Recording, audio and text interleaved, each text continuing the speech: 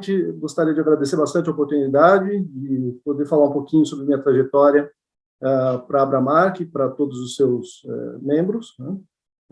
E eu vou falar um pouco, acho que minha trajetória ela tem uma característica interessante, vocês vão ver depois, conforme eu vou falando, que minha formação é em TI. Então, ela não é especificamente em marketing, mas eu fui levado ao marketing por coisas da vida, quer dizer, por muitas das situações que ocorreram e que eu tive a boa sorte de ter sido levado para esse caminho, né? Falando de algumas características minhas que as pessoas comentam, eu sou bastante empreendedor, eu tenho uma questão de pioneirismo forte, de persistência, foco e de resiliência. Isso também durante a trajetória vai ser possível ver. Eu vou comentar um pouquinho aqui até de como começou esse espírito empreendedor. Quando eu tinha 10 anos de idade, meu pai, que faleceu quando eu tinha 11 anos, um ano depois, mas ele me levou à tipografia dele. Ele me levava diariamente à tipografia. Ele tinha uma tipografia, e nessa tipografia eu tinha oportunidade, ele me ensinava muitas coisas, eu tinha oportunidade de, inclusive, fazer o que chamava na época chapas, né? A gente colocava uma moldura de metal em tipos de chumbo, né? E montava ali o layout baseado no que se queria comunicar, queria se imprimir, né? E eu, naquele momento ali, já no espírito empreendedor, tinha a ambição de montar uma indústria de automóveis. E eu criei todo o material de apoio publicitário da minha empresa fictícia, né? Com chapas ali que depois meu pai pediu para imprimir. Obviamente não operava as máquinas, por questão de segurança, mas eu fiz ali cartão de visita, papel timbrado, envelopes, eu fiz todo um conjunto de materiais dentro do que seria a minha empresa. Então, eu sou muito grato ao meu pai, que sempre incentivou e sempre foi muito empreendedor também. Depois eu caminhei na minha evolução ali de escola, e no momento do vestibular, tive uma confusão bastante grande, porque eu queria ser médico, queria ser piloto de avião, e acabei indo para a área de TI. Até por uma coincidência, que eu não acredito em coincidência, mas por uma questão de que o exame teórico da aeronáutica foi na FATEC. Então, eu acabei me interessando por isso e cursei análise de sistemas na FATEC e depois fiz pós na GV. Então, foi assim que eu comecei na área de TI, com o meu primeiro emprego na loja de crédito. Quer dizer, quem é mais antigo vai lembrar, era uma financeira bastante importante e que tinha um birô de processamento de dados. Nesse birô, eu era responsável pela área de suporte ao sistema de contabilidade para os clientes, que ainda era bem arcaico, quer dizer, funcionava com digitação, com fitas, né, no IBM 4341, era bem diferente do que é hoje, né? Mas ali que eu comecei efetivamente a trabalhar na área de TI. Antes disso, eu tinha trabalhado em empresas, aí falando um pouco de uma outra característica minha, que é sempre procurar estar em contato com o cliente, entender o que o cliente necessita e buscar as melhores soluções. Sempre trabalhei, antes disso até, em empresas como Varig, Caixa Econômica Estadual, Banespa, aí em funções mais operacionais, mas sempre em contato com o cliente. E na loja de crédito também era assim, na área de suporte aos clientes. Depois disso, eu segui para uma empresa de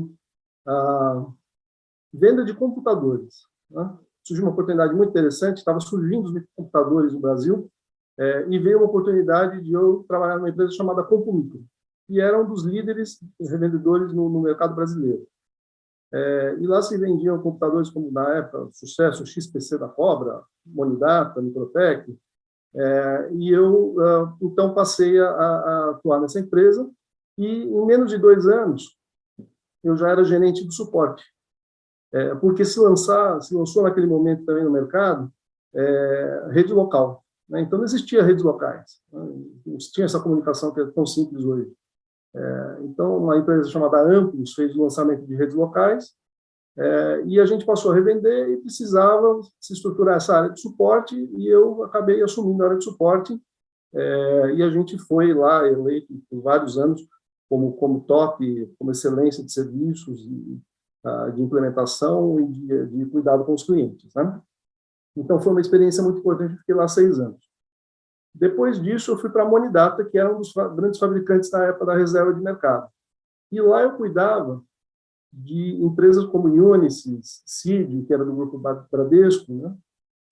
Onde eles faziam a aquisição de computadores fabricados pela Monidata, do projeto local da Monidata, por conta da reserva de mercado, mas nós colocávamos as etiquetas da Unisys e da CID. Então, eles vendiam no mercado, como a gente chama, OIM. Né?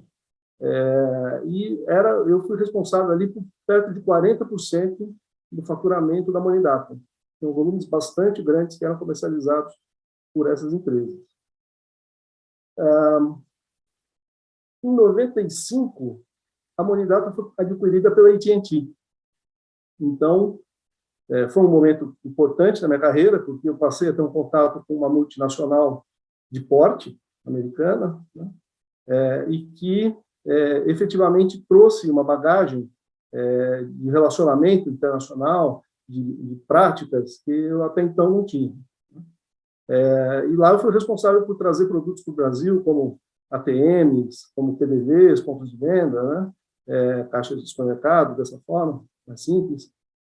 E foi um momento bem interessante. Só que aquela veia empreendedora estava em mim. Eu queria efetivamente empreender em um negócio meu. E surgiu uma oportunidade com alguns colegas lá da Monidata, e estava chegando o fim do monopólio da Embratel no Brasil, né, no acesso à internet. Então, nós avaliamos que seria talvez interessante montarmos um provedor de acesso à internet. Isso no final de 95. E montamos a Frontier, chamada Frontier Internet Services, e depois veio a se tornar a Frontier Digital Business. Foi um desafio bem grande, né? Eu tive sócios que comungavam com os mesmos valores que eu, então, muito éticos, realmente foram sócios maravilhosos que eu tive naquela empresa, né? Nós tivemos a oportunidade, então, de desenvolver. Eu era o único sócio operacional, mas tive sempre muito apoio dos meus sócios.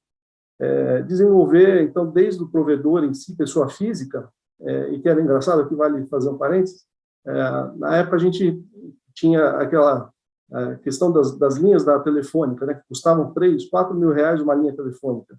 E nós precisávamos de várias linhas, porque o acesso era discado. Então, nós conseguimos um acordo com a Telesp, eles instalaram, então, Telesp, hoje Telefônica, instalaram as linhas para a Frontier, para que a gente pudesse prover o acesso, e conseguimos um link que nos conectava à internet com a FAPESP. E era um link de 64 kbits.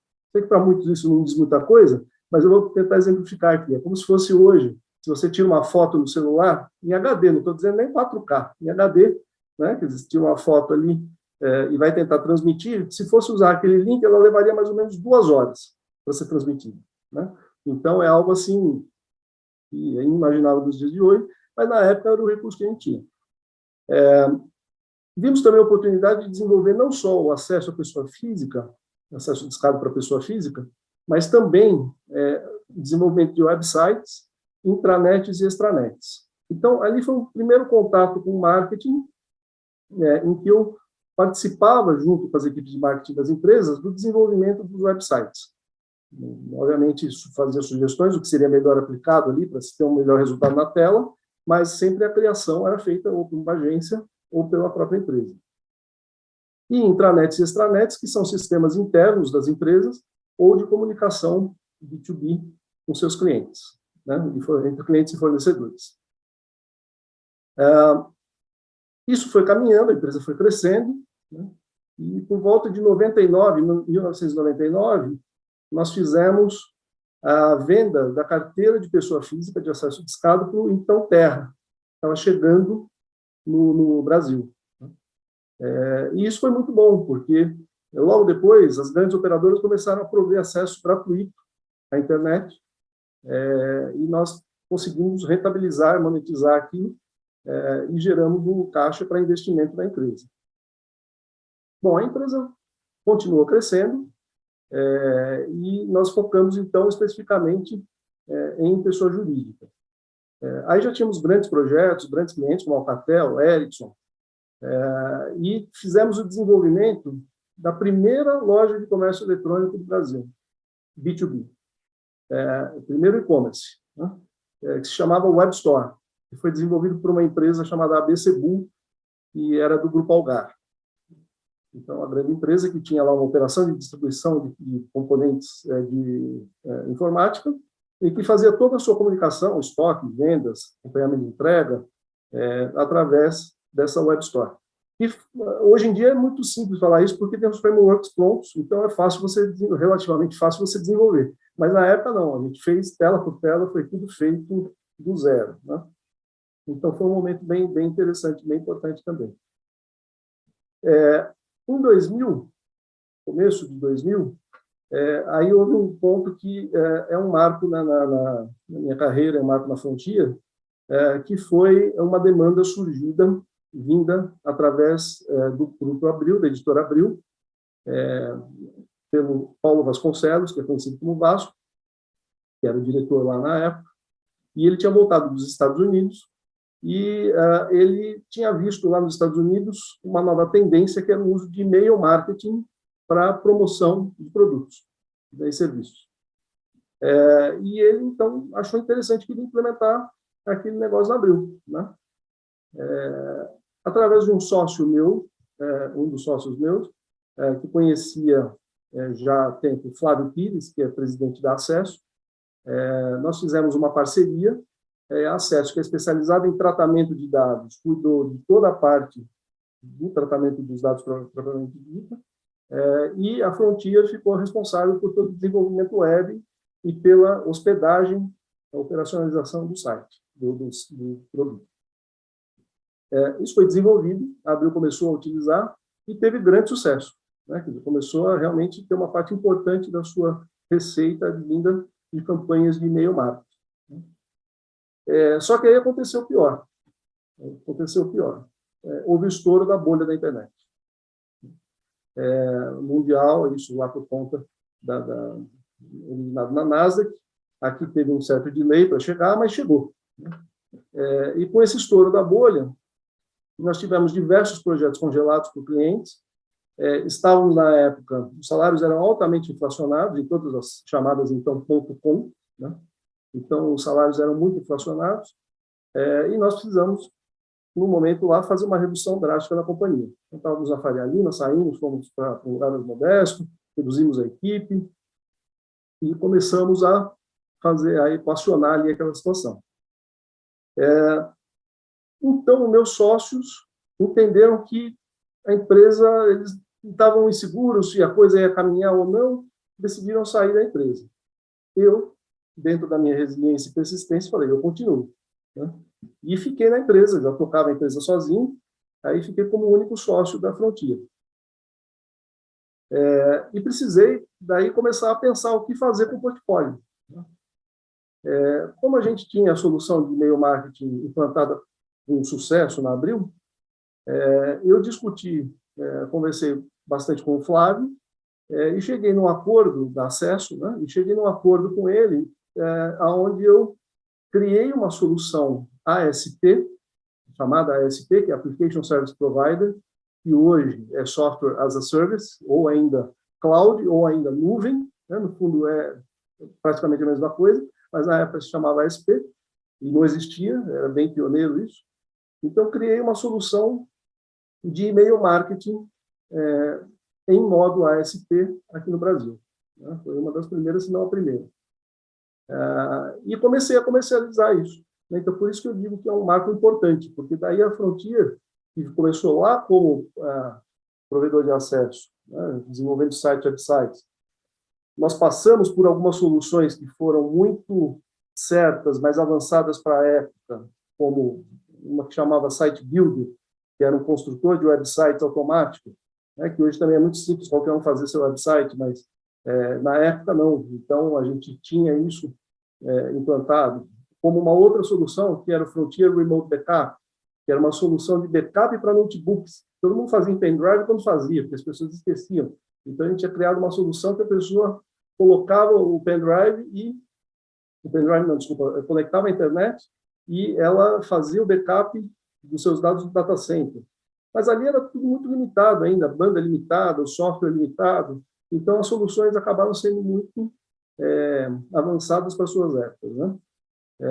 Mas, passando por tudo isso, chegou o momento do e-mail marketing, que foi o meu contato mais formal, né, diretamente com o marketing, especificamente com o marketing direto, né? E foi aí que a coisa começou a evoluir bastante. Uma coisa que eu não comentei é que tinha também, um pouco antes, surgido os data centers, que era um conceito que até então não existia, se falava em fazendas de hardware, né? E aí surgiram os data centers, que são, que hoje todo mundo conhece bem, mas são grandes conglomerados de servidores e áreas de armazenamento que empresas têm, como a Amazon tem hoje dela, muito grande, talvez o maior, né? E que fornecem serviços de hospedagem de dados, backup, segurança e tudo mais. E nessa época surgiu uma empresa chamada Divio, com operação na América Latina, que depois foi adquirida pela UOL, com quem nós fizemos o Divio, uma parceria bastante grande na época, e eles se tornaram, inclusive, nossos clientes. Eles revendiam nossas soluções de e-mail marketing, depois no futuro. Bom, aí a solução chamava-se Direct Mails, tá? A solução de e-mail marketing. E ela começou a crescer, evoluir, e eu, a partir de então, comecei a participar muito de congressos e conferências e treinamentos nos Estados Unidos, entendendo o que o mercado fazia lá.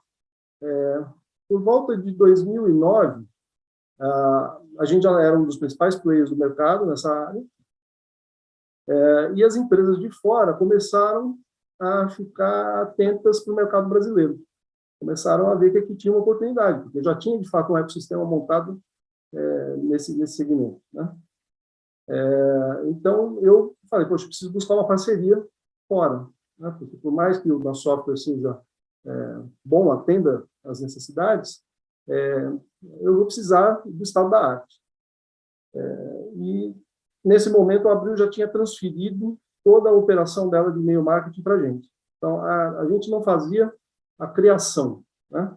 Nós fazíamos nem a concepção das campanhas. Nós fazíamos toda a parte operacional, que era garantir que as peças estavam de acordo com as boas práticas, que elas iam ter uma boa entregabilidade, que iam ter um bom índice de abertura, que a gente conseguisse rastrear todos os dados efetivamente para poder mostrar isso em relatórios, para que alimentasse novas campanhas, né, num conceito que hoje é usado de jornada do cliente, mas que na época também era feito na mão, né? Então, nós prestávamos esse serviço para Abril e outros clientes, como Sul América, como Bradesco Seguros, tantos outros, né? Bom, aí eu fui buscando parceiros, e pelos contatos que eu já tinha lá nos Estados Unidos, eu cheguei a uma empresa chamada Exact Target. A Exact Target era líder global em soluções de e-mail marketing, já com operações na Austrália e na Europa, né? Nós conversamos e a Frontier se tornou um parceiro da Exact Target, sendo a representante exclusiva para a América Latina. Isso começou em 2010. Né? Foi uma parceria bem interessante, apesar de ainda ser uma marca não conhecida aqui, mas a Frontier era. Então, quando nós apresentávamos os recursos que a solução tinha, isso já se vendia sozinho, né? Que, de fato, era o estado da arte de software. E em 2011, eu estava lá numa conferência de revendedores, eram mais de 400 revendedores pelo mundo, né? Quando o CMO da Exact Target, isso em Indianápolis, o CMO da Exact Target me chamou para uma conversa e perguntou se eu teria interesse em vender a Frontier. Eles queriam se estabelecer no Brasil, entendiam que a América Latina era um mercado importante. Obviamente, eu falei que sim. Nós conversamos e em 11 de agosto de 2011, nós assinamos o contrato. Então, a Frontier passou a ser a Exact Target Brasil, da qual eu passei a ser o General Manager para a América Latina. Esse foi o momento mais marcante da minha carreira, porque ali eu tive a sensação de reconhecimento e de satisfação de uma etapa cumprida, né? Porque eu fiz uma empresa do zero, que teve seus problemas em várias fases, depois conseguiu se recuperar com uma solução que teve sucesso no mercado, foi bem sucedida e foi objeto de interesse da líder global no segmento, né? E, em adição a isso, eu tive a oportunidade de representar o Brasil com o anúncio da venda, numa conferência, estava bem para acontecer, uma conferência que é a conferência anual da ExactTarget, em Indianápolis, que tinha milhares de profissionais de marketing digital do mundo, né? Então, foi um momento muito gratificante. E mais gratificante ainda, por conta do que eu pude trazer para a minha equipe, né? Porque todos ficaram, a equipe inteira ficou, e todos tiveram grandes oportunidades profissionais a partir daí, né? Por conta de acesso a novas tecnologias, viagens, treinamentos. Então, isso também foi muito gratificante nesse processo. Não foi um período fácil também, porque a ExactTarget não era uma marca conhecida, então nós tivemos que fazer roadshows pela América Latina, todo um processo de divulgação de marca, integração cultural das equipes, fazer o board da empresa entender que o mercado brasileiro da América Latina era diferente do resto do mundo, né, em termos de precificação, em termos de entregabilidade, uma série de coisas das peças, né? Mas a coisa caminhou bem.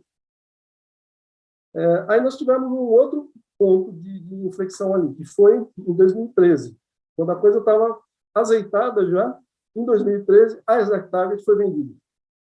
Ela foi vendida para a Salesforce, que a maioria certamente conhece. Salesforce foi uma venda expressiva, na época, 2,5 bilhões de dólares, né? E a ExactTarget mundial, então, global, passou a ser uma divisão da Salesforce. Eu continuei na empresa como gerente geral da Salesforce Marketing Cloud, porque a Salesforce é estruturada em várias clouds, né? E foi, de novo, um momento importante em que eu pude aprender muito, né? Passei a integrar uma equipe de altíssimo nível global numa empresa de porte muito grande, né? Hoje, por exemplo, a Salesforce tem mais de 55 mil funcionários e um faturamento da ordem de 23 bilhões por ano em dólares. Então, os desafios foram muitos, principalmente na implantação na América Latina, mas nós conseguimos fazer com que essa integração fosse o mais transparente possível e os resultados foram apresentados, né? Tanto que nos 4 anos que eu fiquei lá, depois da venda, a gente atingiu resultados da ordem de 20% de crescimento ao ano sobre ano, né? Que é bem significativo para uma empresa do porte da Salesforce. Então, basicamente, é o que aconteceu até a Salesforce, né? Onde eu tive a vida corporativa. A partir daí, que é o que eu faço hoje, eu tenho investimento em algumas startups de games e startups de software de gestão para a área civil. Não tenho uma atuação corporativa mais. E, paralelamente a toda essa trajetória corporativa, eu tive também uma trajetória associativa, né? E, por volta de 2004, mais ou menos, quando começaram as questões regulatórias no mercado em relação ao e-mail marketing, eu me aproximei bastante da Abeng, e lá fui muito bem acolhido e apoiado pelo Efraim Capuz, e tive a oportunidade lá de desenvolver uma série de ações, né? Então, eu ministrei cursos, palestras, participei de comitês, eu repliquei, junto com outros profissionais do mercado, eventos que nós participávamos fora do país, como o DMA, E-mail Evolution Conference. Nós replicávamos aqui no Brasil os profissionais que não tinham tido a oportunidade de ir aos Estados Unidos, né? Então, esse foi um momento bastante importante também da minha carreira, né? Depois eu fui eleito conselheiro da Abeng, e aí tive a oportunidade de representar a Abeng no CAPEN, que é o Código de Autorregulamentação para a Prática de E-mail Marketing. Foi um dos primeiros códigos de autorregulamentação surgidos no mercado, e lá, junto com outras 13 entidades, nós criamos um conjunto de práticas para e-mail marketing, considerando que ele era mal visto por muitas empresas e clientes, se comparado com os spams, né? Isso nos deu um posicionamento muito melhor a todas as empresas que faziam e-mail marketing da forma séria. Tive também a oportunidade de, em Washington, representar a Bend junto com o Efraim, numa reunião do grupo de advocacy, que era o grupo que fazia a interface da VMA com o Congresso americano, num momento em que estava se discutindo a LGPD aqui no Brasil, onde a Bend teve um papel fundamental, junto com profissionais brilhantes como Fernando Costa, Vitor de Andrade, o próprio Efraim, né? Nós discutimos bastante essa questão e criou-se, na época, um projeto de lei com o deputado Milton Monte, que vinha contrapor o que o governo colocava como sendo o cerne da LGPD, naquele momento, né? Porque se fosse aprovado como o governo havia colocado, o mercado certamente seria até devastado, né? Porque era realmente muito rígido, era uma tutela sobre os clientes muito forte, né? Um exemplo é que era exigido opt-in a cada 6 meses. Isso é inviável. Então, como é que você vai exigir opt-in a cada 6 meses e ainda opt-in de todo que já é da tua base anterior, né? Então, isso não é viável. Então, foi um momento importante porque eu participei da construção ali nos primórdios da LGPD, e logo após isso fui eleito presidente da Bend, onde eu pude ratificar todo esse processo, presidente do Conselho de Administração, né, onde eu pude ratificar todo esse processo e também desenvolver mais ações de divulgação e disseminação de conteúdo. Então, essa vivência associativa foi, para mim, muito importante, né, porque ela dá satisfação também. Né, dá satisfação. Óbvio que tem o lado que a empresa toma proveito disso porque reverte em prol da própria empresa para que ela tenha o melhor posicionamento, né, no que diz respeito às boas práticas e tudo mais. Mas, além disso, é muito bom você fazer algo pelo mercado, né? É muito bom você poder fazer algo pelas pessoas, né? Então, no fundo, acho que o que o marketing trouxe para mim, agora encerrando, é muito mais uma questão de satisfação por ter convivido com profissionais de alto nível e por ter desenvolvido profissionais, seja pela Bend, seja pelas empresas pelas quais eu passei, né? Onde eu pude realmente adquirir conhecimento e passar esse conhecimento e ajudar pessoas a se desenvolverem. Isso, para mim, é muito gratificante. Então, falando um pouco do marketing, o marketing, eu acho que teve presente na minha vida desde o início, quando eu tive lá aquela ideia de empreender quando era criança, né? Então, ali já tinha marketing envolvido, obviamente. Tem uma outra passagem que eu não comentei, mas eu tive a primeira experiência de empreendimento meu foi uma pizzaria, com 20 e poucos anos, né? E essa pizzaria foi bem no meio do plano cruzado, um dos planos que nós tivemos aqui, e a inflação era altíssima, então o negócio acabou não evoluindo, também a experiência ali era muito pouca, mas ali eu usei bastante marketing também, no sentido de criar cardápios, peças de publicidade ali para serem entregues, panfletos, área geográfica para abordagem do público-alvo, né? Então, uma série de aspectos foram usados ali. Depois, a questão do desenvolvimento de websites, passando depois para o marketing direto propriamente dito, né? Então, a minha visão é que marketing dá em tudo, né? Você precisa, efetivamente, adotar ações de marketing, mesmo que de forma inconsciente, né? Você adota ações de marketing dentro de um relacionamento para que ele possa ser bem sucedido, mesmo que de forma inconsciente. E, obviamente, as empresas têm técnicas e têm formas de poder aplicar essas ações o mais efetivas possível, né? Apesar que muitas não aplicam, né? A gente observa que tem muitas empresas, não estou nem dizendo de boas práticas, né? Estou dizendo de objetivo. Muitas vezes o objetivo ainda, eu vejo empresas que fazem ações voltadas para elas. Então, são ações de marketing internas. Quando, ao contrário, deveriam ser sempre ações voltadas ao cliente, né? Porque, obviamente, o objetivo é você criar, manter um cliente, né? E isso tudo, claro, que dentro das boas práticas. E uma das questões que a gente sofria bastante com o e-mail marketing, por exemplo, era justamente o spam, né? Então, muitas empresas tentando fazer marketing, só que usando listas frias, usando peças que não eram corretas, né, em termos da mensagem que passava. Então, isso acabava não funcionando, né? Então, eu acho que o marketing foi fundamental na minha vida, e eu tive a sorte, por como as coisas conspiraram, de ser levado para esse mercado, né? E ter um contato mais aprofundado com grandes profissionais da área.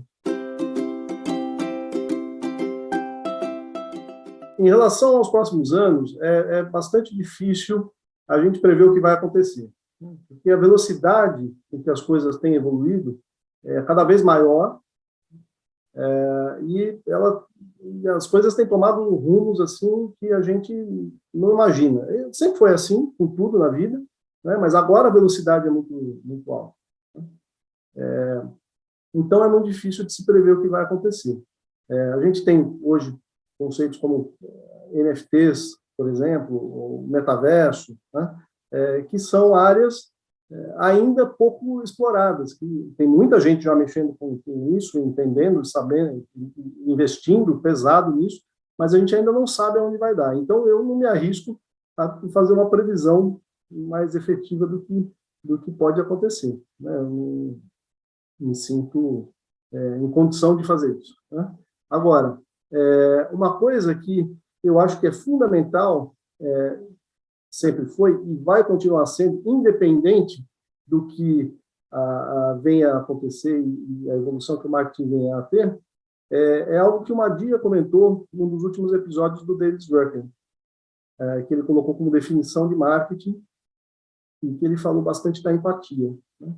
Então, acho que a empatia é fundamental, ainda mais agora em que cada vez mais a relação entre as pessoas ela é incentivada, ela é presente, né, com as redes sociais e com tudo que vai acontecer, né? Então, se não houver empatia dentro das ações que as empresas criam para que possa efetivamente se atingir o maior objetivo da empresa, que é criar e manter um cliente, como a Dia também vinha comentando, né? Eu acho que as empresas não vão ter sucesso. Por mais que usem tecnologia, por mais que tenha ferramenta estado da arte, quer dizer, tem que haver empatia, né? Senão, isso a gente já fazia na época lá com e-mail marketing, né? Tomava muito cuidado com os tipos de ações que a gente implementava para que pudesse ter resultado. E era, assim, visível, né? Quer dizer, dependendo do tipo de ação, alguma coisa que você mudava e já desse um tom um pouco diferente, não tinha resultado. Então, acho que a empatia é fundamental e, obviamente, a questão da inovação, né? Como também foi comentado lá no David Drucker.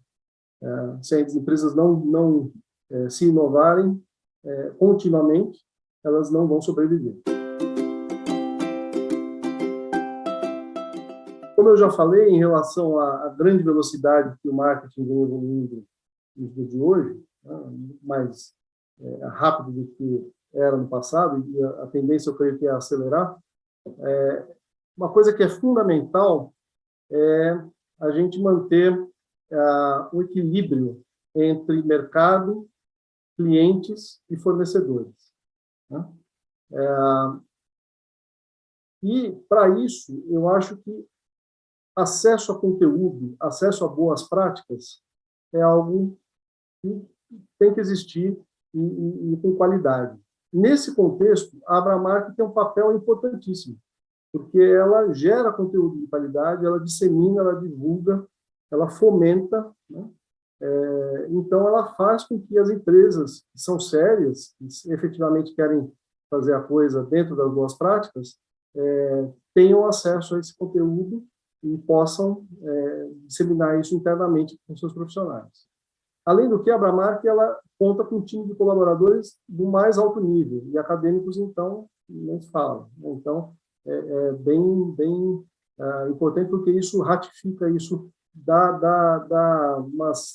faz uma certificação para a Abramark, né, em função do rol de colaboradores que tem. e acadêmicos. E, além disso, né, tem o Hall of Fame, e eu tenho muito orgulho de poder participar, apesar de não ser, como poderia dizer, da gema do marketing, né? Mas eu sou um filho do marketing também, né? Então, poder participar de um grupo de pessoas tão notáveis, para mim, me dá bastante orgulho, fico bastante grato.